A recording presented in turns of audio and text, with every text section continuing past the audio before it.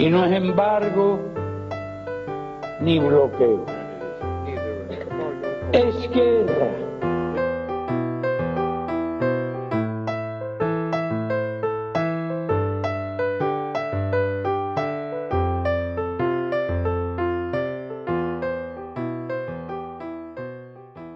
We will end an outdated approach that for decades has failed to advance our interests, and instead, we will begin to normalize relations between our two countries.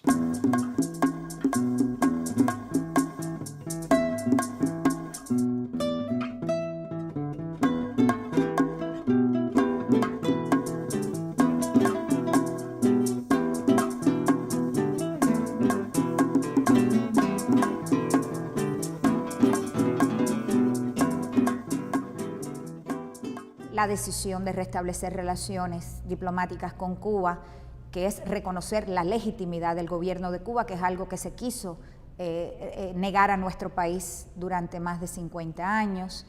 Resultado de un diálogo al más alto nivel que incluyó una conversación telefónica que sostuve ayer con el presidente Barack Obama, se ha podido avanzar en la solución de algunos temas de interés para ambas naciones. After all, these 50 years have shown that isolation has not worked. It's time for a new approach. Reconocer abierta y públicamente que la política de Estados Unidos hacia Cuba había fracasado, había terminado aislando a Estados Unidos cuando el propósito original era aislar a Cuba. Yo creo que eso es un reconocimiento a la resistencia del pueblo de Cuba y un reconocimiento a la solidaridad mundial, sobre todo de América Latina y el Caribe, que hizo frente común fundamentalmente en los últimos 10, 20 años.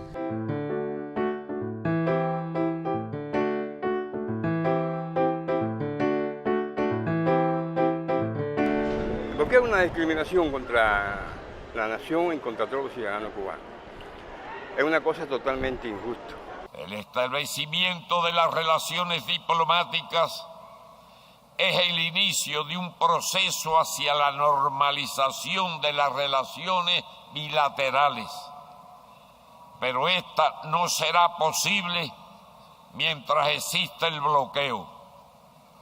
No se devuelva el territorio ilegalmente ocupado por la base naval de Guantánamo.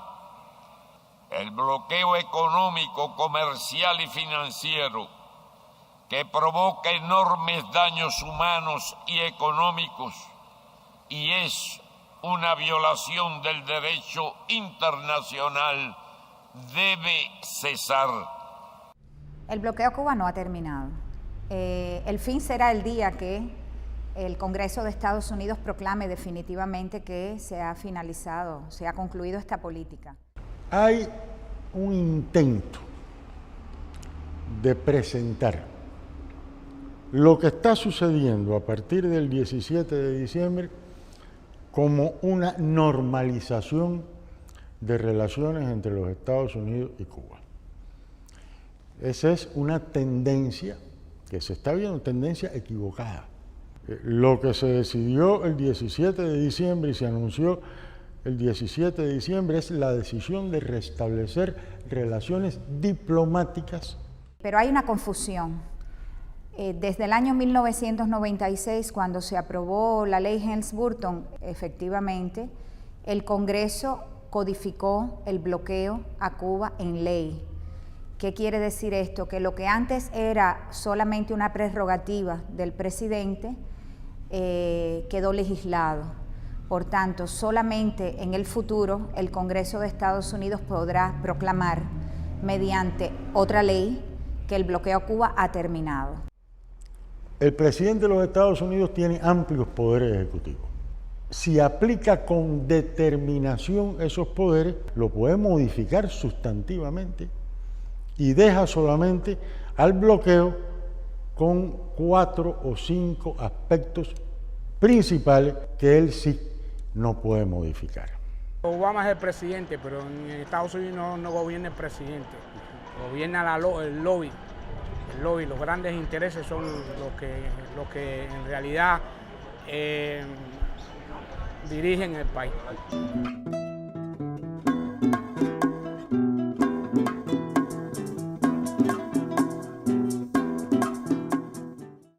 No hay un cambio en los objetivos de la política de Estados Unidos hacia Cuba, que sigue siendo el tratar de promover cambios en el gobierno de nuestro país. De lo que se trata es un cambio en las tácticas, en las vías para lograr esto. En el pensamiento geopolítico de los Estados Unidos, siempre Cuba ha estado como una, digamos, pieza en su ajedrez geopolítico, como una pieza deseada, como una pieza que está destinada a pertenecer al juego del más poderoso. Desde el mismo triunfo de la Revolución Cubana se produjo una hostilidad por parte del gobierno de los Estados Unidos. Hostilidad básicamente porque el ejemplo de la Revolución Cubana desde los mismos inicios era insostenible para los Estados Unidos en un territorio como la América Latina y el Caribe que consideraba suyo. Desde el año 59 le dolió más a la mentalidad imperial, nuestra soberanía, nuestra decisión absolutamente irreversible de forjarnos como pueblo un destino diferente, un destino socialista además. Y esa política de hostilidad, muy pronto, después del triunfo de la Revolución, se transformó en una serie de actos de política exterior que empezaron a configurar lo que muy poco después sería el bloqueo cubano. Y eso se ve muy claro en un memorándum que el subsecretario de Estado entonces, en 1960, Lester D. Mallory, le preparó al que era el secretario de Estado, Roy Rubottom, donde decía: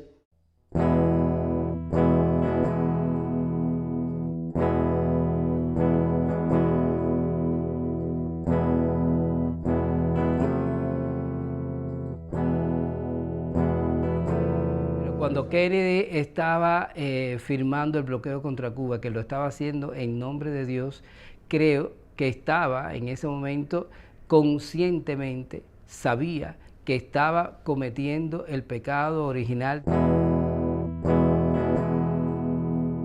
La Convención contra el Delito de Genocidio de 1948 deja claro que genocidio es el intento de destruir a un grupo.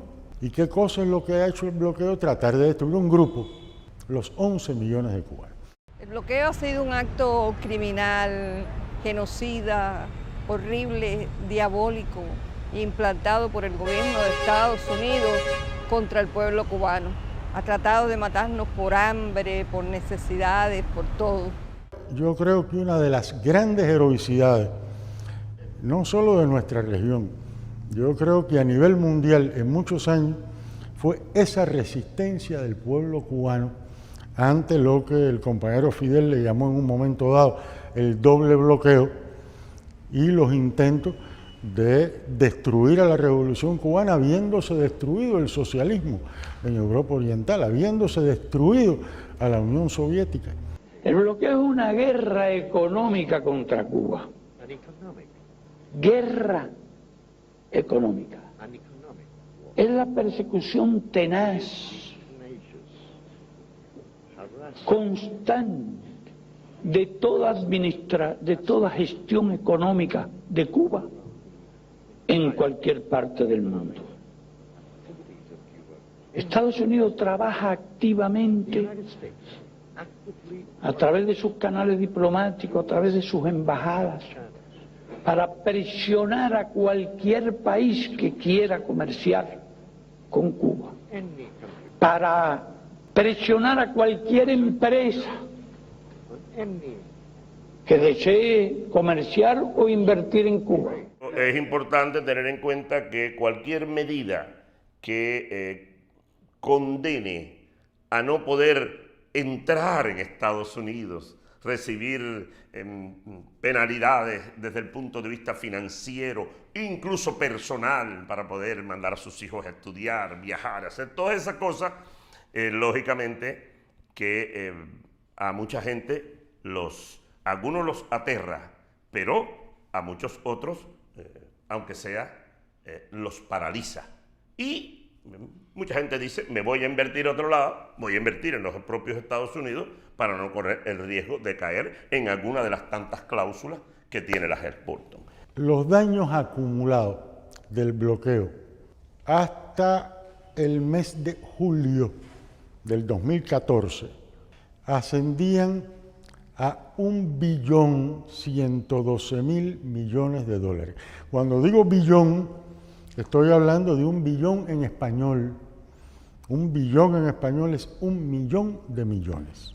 Es que ese imperio da tanto miedo que nadie quiere comerciar con nosotros y entonces nos obstruye cualquier paso en todos los sentidos.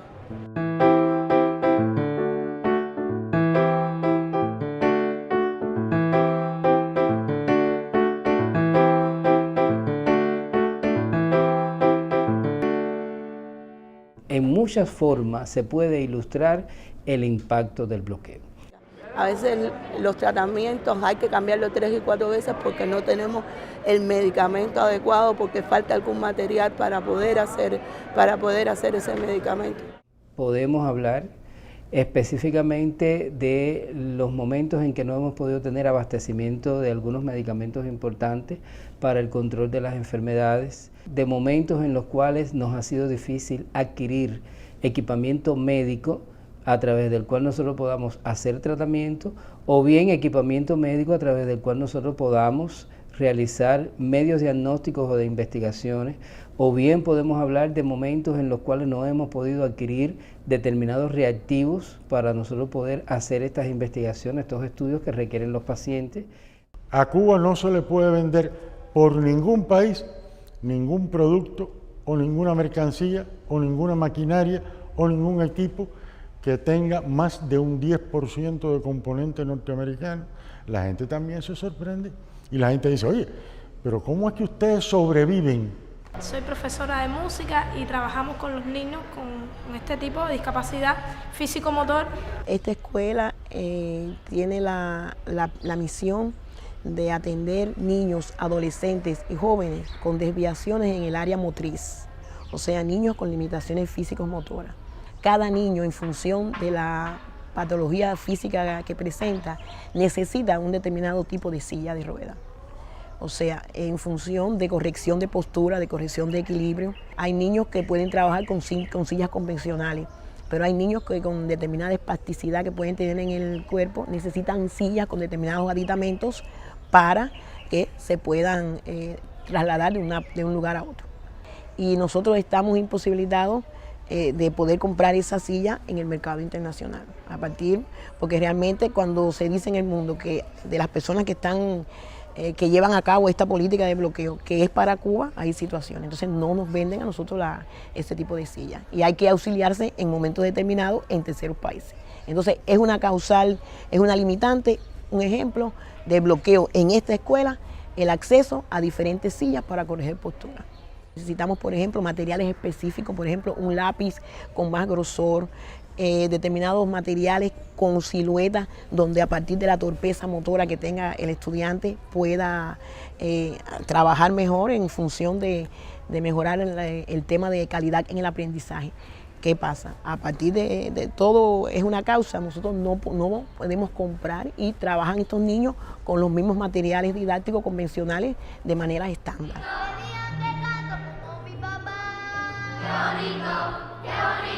Y al final la escuela cumple su misión, que es la atención integral a estos niños jóvenes, adolescentes y jóvenes, niños, adolescentes y jóvenes, con la función fundamental de prepararlos para la vida adulta e independiente y que sean útiles a nuestra sociedad.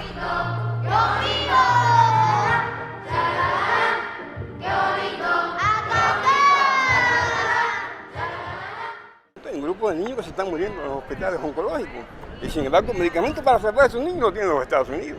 Nosotros no podemos mantener relaciones económicas con las subsidiarias de empresas norteamericanas en otros países. La temozolomida es un medicamento que ha tenido un impacto importante en la supervivencia de los tumores malignos de la infancia. Cuando lo podíamos comprar en los laboratorios que nos vendía la India, teníamos la ventaja de que ese producto lo podíamos comprar un poco más barato. 50% mucho menos, porque una tableta cuesta $500 y con los laboratorios que nos los vendía la India nos los vendían a $200. Y los Estados Unidos han comprado ese laboratorio y nosotros hemos perdido ese proveedor. Eso se nos ha repetido a lo largo de los años en múltiples ocasiones. ¿Cuántos diabéticos están esperando por el Everprot P que tiene Cuba ya hace años y que podría solucionar y evitar amputaciones de diabéticos que están esperando en Estados Unidos? La imposibilidad que tenemos para comercializar los productos nuestros cubanos que ya tienen un impacto importante en el tratamiento del control del cáncer y que no son comercializados en los Estados Unidos. Eso es totalmente injusto, eso es cruel. Eso no es una política humana, eso no son seres humanos.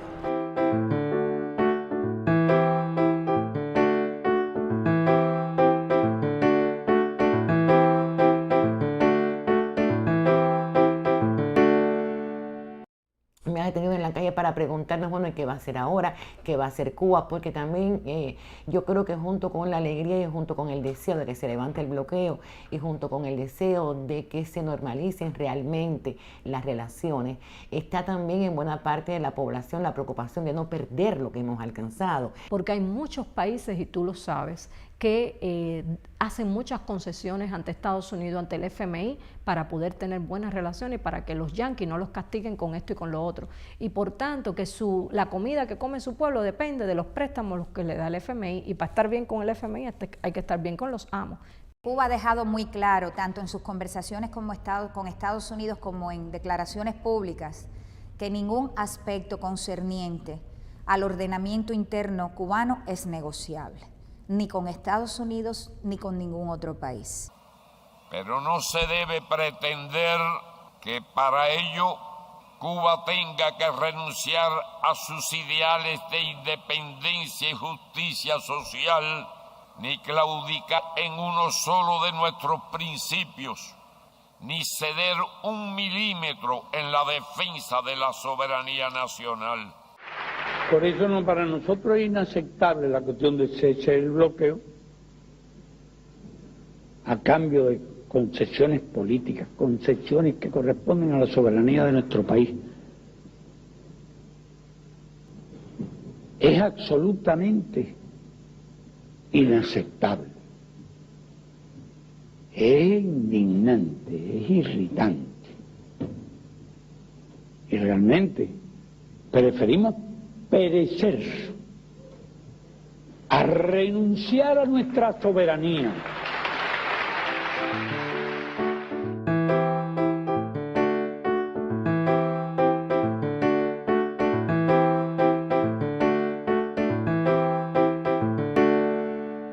Una de las claves del éxito de la Revolución Cubana desde su inicio fue la unidad del pueblo cubano.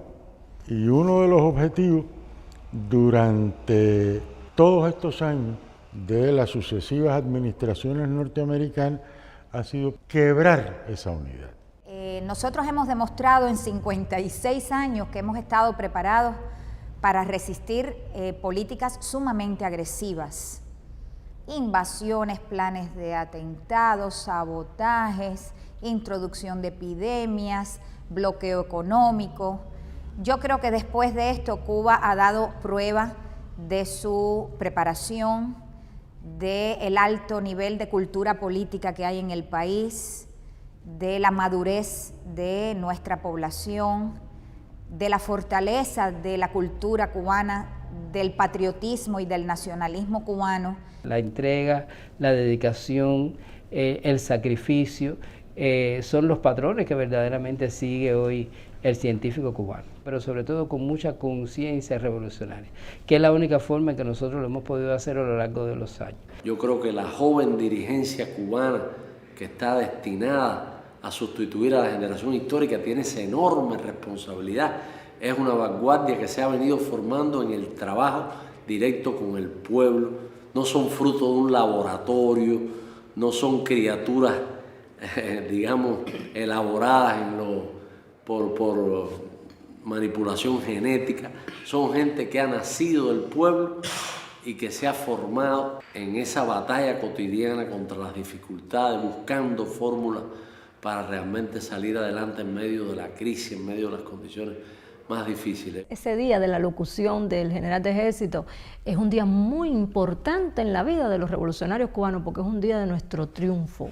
Es el día en que este pequeño país, el pequeño David, frente a Goliat, el tirapiedra le dio en el centro del ojo, porque tuvieron que reconocer que tanta maquinaria, tanta plata puesta, tantos mercenarios comprados, tanta prensa pagada por ellos, no pudieron con nosotros, con este país que ha vivido en apagones, que ha vivido prácticamente sin nada, pero que hemos vivido, hemos sobrevivido y hemos vencido. Las bases de nuestro pueblo son tan firmes que yo pienso que 1000 bloqueos que quiten no van a remover las raíces de este pueblo y la fortaleza de este pueblo y las convicciones de este pueblo.